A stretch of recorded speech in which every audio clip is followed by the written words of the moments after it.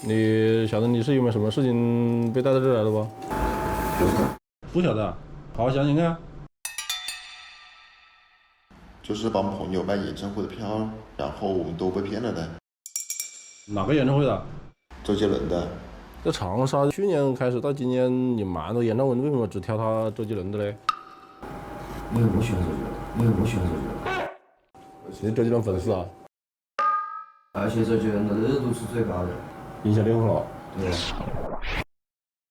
那还有哪些人跟你搞这个事情啊？都是一起玩的好的。就刚刚我们带你回来我的那一群人吗？啊。跟那个是什么关系啊？他是发小，因为他那个外婆家里就住在我家后面，从小时候就一直认识嘛。你跟认识多久了10来年吧。你们是什么关系呢？之前是高中同学关系。我听你这说是认你做了个弟弟啊？啊，怎么认的呢？就是在外面玩，就是我们喊了，我比他年纪小。你讲一下你跟你丈夫结婚的情况。在公司认识以后，大概谈恋爱谈了1年多以后就结婚了。老婆、发小、同学，全是你最亲近的人，搞得现在都找你要钱，未必你不着急啊？据我所知，你那些朋友们都是把钱直接通过微信转给你的，而且数额还蛮大，搞得他们现在生活都过不下去了。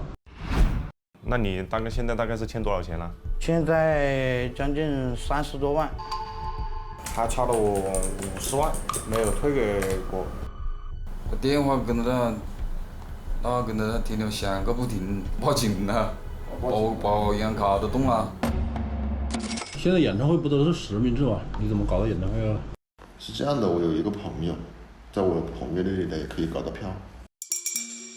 他什么身份咯？我问过他，他也没跟我说，他说这个事情他不能跟我透露，但是他确实可以搞到一些这种票。你要不信的话，你可以看一下我的手机了，记录都在这里。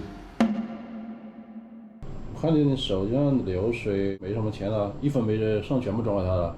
就是从中间赚那么一点点不，其他的钱我其实都给那个人了。